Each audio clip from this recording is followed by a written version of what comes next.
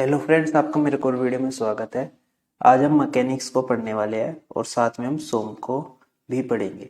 सबसे पहले हम मैकेनिक्स को इसलिए पढ़ेंगे क्योंकि जो इम्पोर्टेंट चीज़ है एग्जाम पॉइंट ऑफ व्यू से या फिर जो सोम में हेल्प करेगी हमें पढ़ने में, स्ट्रेंथ ऑफ मटेरियल, उन सबको हम फटाफट से मैकेनिक्स में हम कवर कर लेंगे।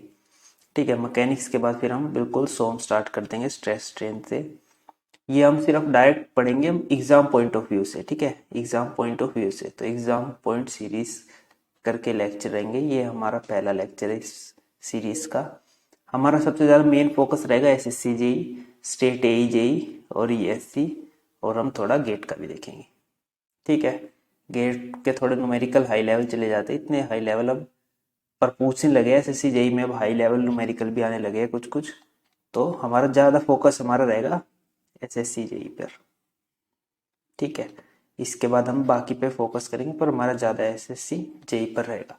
ठीक है, बाकी हम इसको ऐसे पढ़ेंगे एग्जाम पॉइंट ऑफ व्यू से, मतलब जो डायरेक्ट एग्जाम के लिए इंपॉर्टेंट है, डायरेक्ट जो आपको पॉइंट याद रखने हैं, शॉर्ट नोट टाइप्स, हम सिर्फ उन्हें देखेंगे। ठीक है, बाकी मैं आपको समझाता चलूँगा। जो आपके 95% क्वेश्चन जो है ना, इन्हीं में से बनेंगे। मैं बता रहा हूँ, ये सारे जो नोट्स है मैंने प्रीवियस ईयर लगाए मोस्टली सभी स्टेट एई जेई के, उसके बाद इन नोट्स को मैंने बनाया है। जहाँ पर आपको स्टार दिखेगा ना, बहुत इंपॉर्टेंट चीज़ है, बहुत ज़्यादा पूछे वाली जाने वाली चीज़ है। ठीक है, ये मैंने लगाए हुए हैं स्टार, छोटा स्टार सर्कल के अंदर स्टार है, तो मतलब बहुत इंपॉर्टेंट चीज़ है, ये आपको याद रखनी है।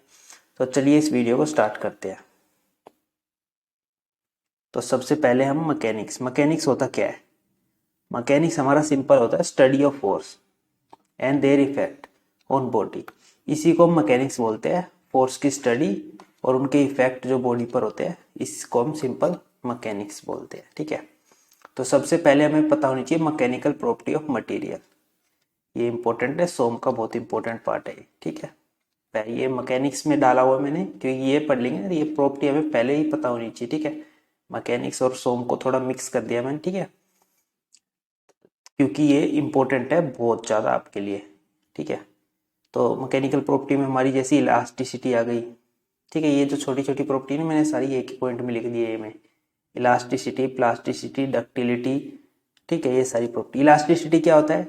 अगर कोई भी मटेरियल है हमारे पास, उसको हम स्ट्रेच करते हैं और उसमें डिफॉर्मेशन होगी, उसकी शेप चेंज होगी। ये हमारा लोड लगा हुआ है, ठीक है, फोर्स लगाया हुआ है या लोड लगाया हुआ है, इसमें चेंज आया। जब हम इस फोर्स को रिमूव कर देंगे, यहाँ से हमने फोर्स हटा दिया, तो वापस अपनी ओरिजिनल शेप में चला जाए ना, तो उसको बोलते हैं इलास्टिसिटी। ठीक है, अपनी ओरिजिनल शेप में वापस चली जाए कोई भी चीज़ डिफॉर्म होने के बाद, उस पर जब फोर्स लगता है उसको हम इलास्टिसिटी बोलते हैं। और प्लास्टिसिटी क्या है? हमने फोर्स लगाया, इसकी शेप चेंज हुई, पर ये वापस अपनी शेप में नहीं आई, उसी शेप में रह गई। जब हमने फोर्स हटा दिया, फोर्स हटाने के बाद ये अपनी शेप में वापस नहीं आई, वैसी रह गई, तो उसे बोलते हैं प्लास्टिसिटी। ठीक है, इलास्टोप्लास्टिक भी होता है, उसमें इलास्टोप्लास्टिक में भी थोड़ा अपने पोजीशन में आ जाता है, थोड़ा नहीं आता, इलास्टोप्लास्टिक मटेरियल भी होता है। ठीक है, डक्टिलिटी, डक्टिलिटी में क्या होता है? मटेरियल को है ना, हम वायर्स में चेंज कर सकते हैं, उसका क्रॉस सेक्शन एरिया चेंज कर सकते हैं। ठीक है, हमारे पास कोई मटेरियल है जैसे कॉपर हो गई, कॉपर को हम चेंज करके वायर बना सकते हैं, तो उसमें क्या होता है, इसमें क्रॉस सेक्शन एरिया इसका चेंज होता है। ठीक है, ये इंपॉर्टेंट पॉइंट है, एग्जाम में पूछ लिया जाता है। 4 ऑप्शन रहते हैं कि इनमें से किस प्रॉपर्टी में हम जैसे क्रॉस सेक्शन एरिया चेंज कर रहे हैं या फिर उसको सीट में चेंज कर रहे हैं। मलिएबिलिटी भी एक प्रॉपर्टी होती है जिसमें हम क्या करते हैं, हैमर मार के किसी मटेरियल को सीट्स में चेंज कर लेते हैं। वो उस मटेरियल की क्या कौन सी प्रॉपर्टी होती है? मेलिएबिलिटी। तो आपसे पूछ लिया जा सकता है कि ऐसी कौन सी प्रॉपर्टी है मटेरियल की जिसमें उसका क्रॉस सेक्शन एरिया चेंज हो जाता है, तो वो कौन सी है? डक्टिलिटी। ठीक है, तो उसमें आपको मेलिएबिलिटी भी ऑप्शन मिल जाएगा। इसमें जो है ना, एरिया रिमेन कांस्टेंट, पर जब डक्टिलिटी में जब वायर में चेंज करते हैं ना, तो इसका क्रॉस सेक्शन एरिया चेंज हो जाता है। ठीक है, ये एक इंपॉर्टेंट पॉइंट है यहाँ पर, ये आपको याद रखना है। ठीक है, बाकी इनका पीडीएफ मैं आपको प्रोवाइड कर दूंगा लेक्चर्स का, आपको डिस्क्रिप्शन बॉक्स में क्लिक मिल जाएगा, वहां से जाके आप इसका डाउनलोड कर सकते हैं पीडीएफ। ठीक है, बाकी डक्टिलिटी में क्या होता है, इलोंगेशन जो होती है ना, डक्टाइल मटेरियल में 15% से ज़्यादा होती है। ठीक है, इलोंगेशन मतलब कि जैसे हमारे पास कोई मटेरियल है, इसमें हम फोर्स लगा रहे हैं, ठीक है, तो इसमें इलोंगेशन होगी, इलोंगेशन होगी। ये मटेरियल की 15% से ज़्यादा होनी चाहिए तो हम बोलेंगे वो डक्टाइल मटेरियल है। ब्रिटल कब बोलेंगे? जब उसमें 5% से कम इलोंगेशन हो। उसके बाद अगर हम और फोर्स लगाएंगे, 5% ज़्यादा करना चाहेंगे, जैसे 5% होगी, ठीक है, 5% इलोंगेशन हुई, उसके बाद भी फोर्स लगा रहे तो क्या होगा? वो टूट जाएगा, ब्रेक हो जाएगा, टूट जाएगा, ठीक है, ब्रेक हो जाएगा। तो 5% से कम हो तो क्या होता है? ब्रिटल मटेरियल होता है, ठीक है। ब्रिटल मटेरियल का एक बहुत अच्छा एग्जाम्पल है, पर लगता में वो इलास्टिक है, पर वो है ब्रिटल मटेरियल, ठीक है। वो क्या है? रबड़। रबड़, ये बहुत ज़्यादा रिपीटेड क्वेश्चन है CCJI में भी, बहुत बार पूछा जाता है कि रबड़ कौन सा मटेरियल है? वो है हमारा ब्रिटल मटेरियल है, ठीक है, ये याद रखना है। और इंटरमीडिएट 5 से 15% तक इलोंगेशन हो, ठीक है, इलोंगेशन को रिप्रेजेंट कर रहा है, ठीक है, डिफॉर्मेशन या फिर इलोंगेशन, ठीक है। और हमारी अगली प्रॉपर्टी एक इंपॉर्टेंट है हार्डनेस।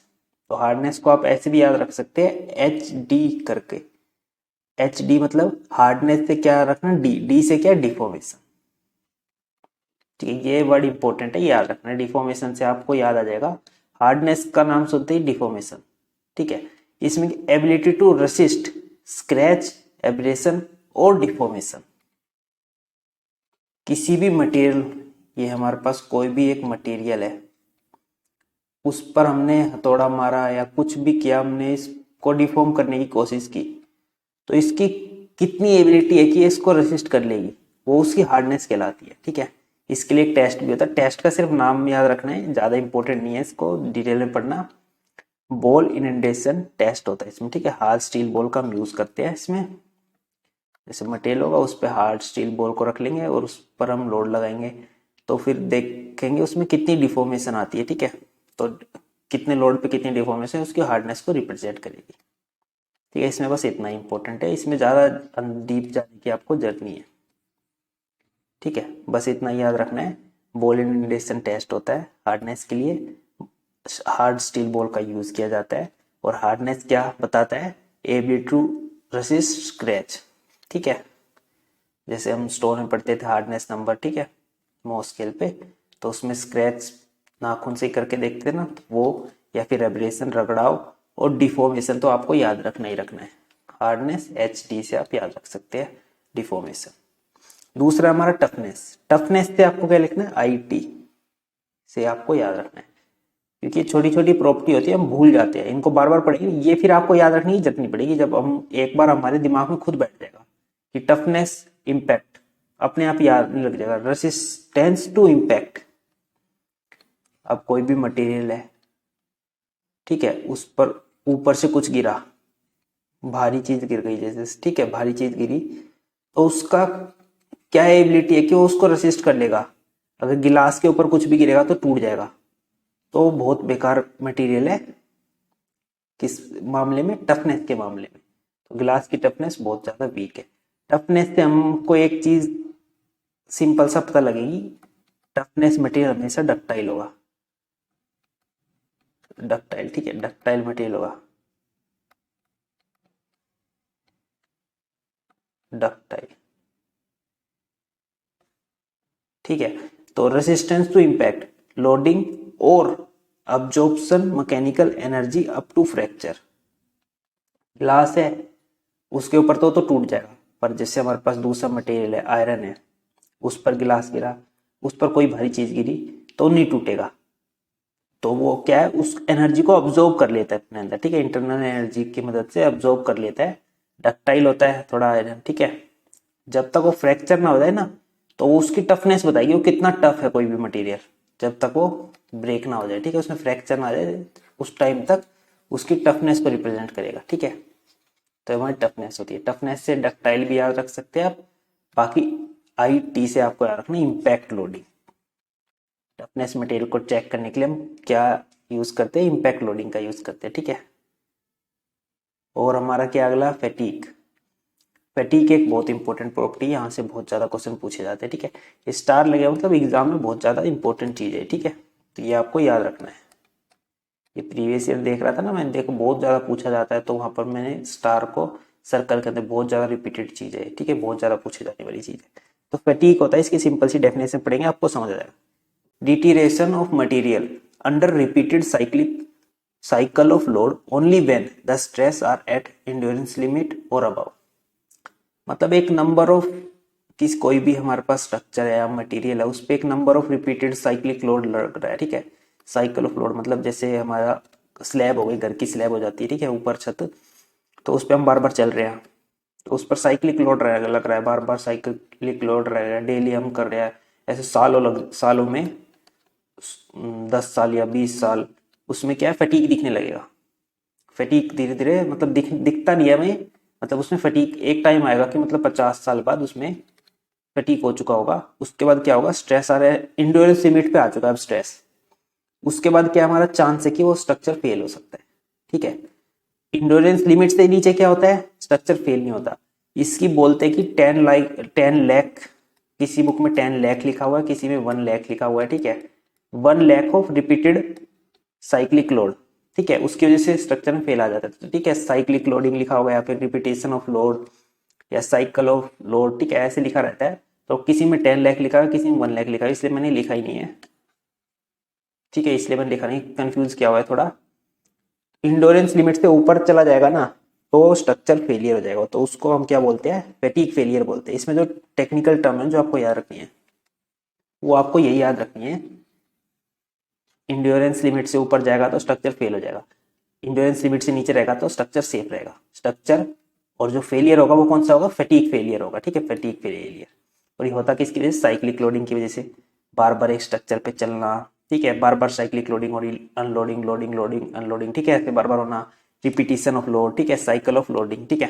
तो इसकी वजह से जो फेलियर होता है फैटिग फेलियर होता है, ठीक है। तो अगली प्रॉपर्टी हमारी क्रीप। क्रीप भी बहुत इंपॉर्टेंट प्रॉपर्टी है, बहुत ज़्यादा पूछे जाते हैं इससे भी क्वेश्चन, या आरसीसी में भी है, ठीक है, हमने पढ़ा था। तो ये होती है time dependent rate of plastic deformation. Creep जो होता है ना हमारा टाइम डिपेंडेंट होता है, ठीक है, टाइम के साथ आता है, हमारा स्ट्रक्चर रहेगा, ठीक है। आप एक बार क्रीप गूगल पे सर्च करेंगे तो आपको बहुत सारे मिल जाएंगे, ठीक है। क्रीप हमें दिखाई देता है विजुअली, ठीक है, हम देख पाएंगे क्रीप को।